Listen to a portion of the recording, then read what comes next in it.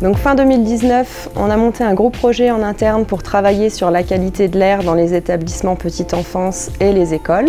Pour cela, nous avons fait appel à Atmo Grand Est, qui est notre référent concernant la surveillance de la qualité de l'air.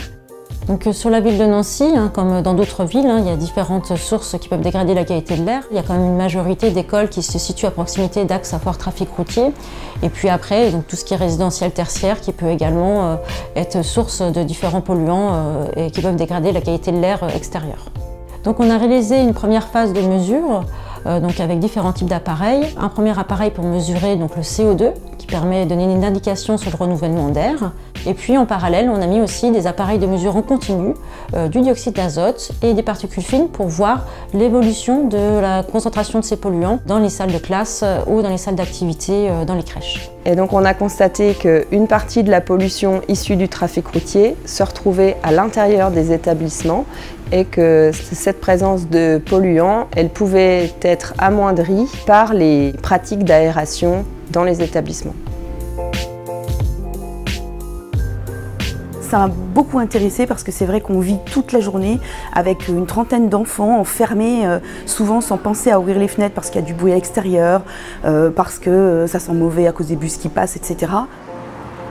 La pollution de la rue a un impact sur la qualité de l'air dans la salle de classe. Et du coup, l'impact sur le cerveau des enfants, sur la concentration, sur les apprentissages, il est vraiment important. Et là, on est passé de quelque chose d'empirique à quelque chose de scientifique. Avec une prise de conscience un petit peu des moments de pic et des moments où il fallait nécessairement faire des changements. Donc les pratiques qu'on a pu mettre en place suite à tout ça, c'est une bonne aération. Quand je dis bonne, c'est-à-dire aux bonnes heures. Notamment avec ces ouvertures systématiques quand on arrive le matin, des ouvertures en cours de journée. 15 minutes, pas plus, le temps d'une récréation. C'est notamment ouvrir côté cours plutôt que côté rue, ce qui permet de limiter le transfert du dioxyde d'azote à l'intérieur des salles de classe ou des salles de vie dans les crèches. Et nous avons donc fait attention à tout ce qui était produit d'entretien pour éliminer ceux qui pouvaient être les plus problématiques au quotidien. Au départ, on n'ouvrait que les fenêtres des classes et on s'est rendu compte qu'en ouvrant les fenêtres des classes et les fenêtres qui sont dans le couloir, il y avait un brassage d'air beaucoup plus efficace. Donc pour nous, c'était une nette amélioration. On a pu mesurer donc le transfert de pollution. Et ce transfert de pollution, il est 2 fois moins important après la mise en place d'actions. On avait auparavant un indice de confinement de 3 ou 4 et on est passé à 2 sur 5. Donc une amélioration nette au niveau du renouvellement d'air dans les établissements. Les équipes ont pu prendre conscience aussi de l'impact qu'avait la pollution extérieure sur l'aération au quotidien.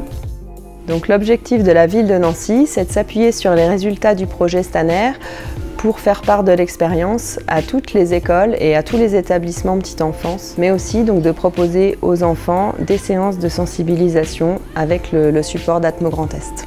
Aujourd'hui, l'enjeu, c'est d'étendre à l'ensemble de l'école et plus largement à toute la ville de Nancy pour que chacun puisse l'appliquer au quotidien.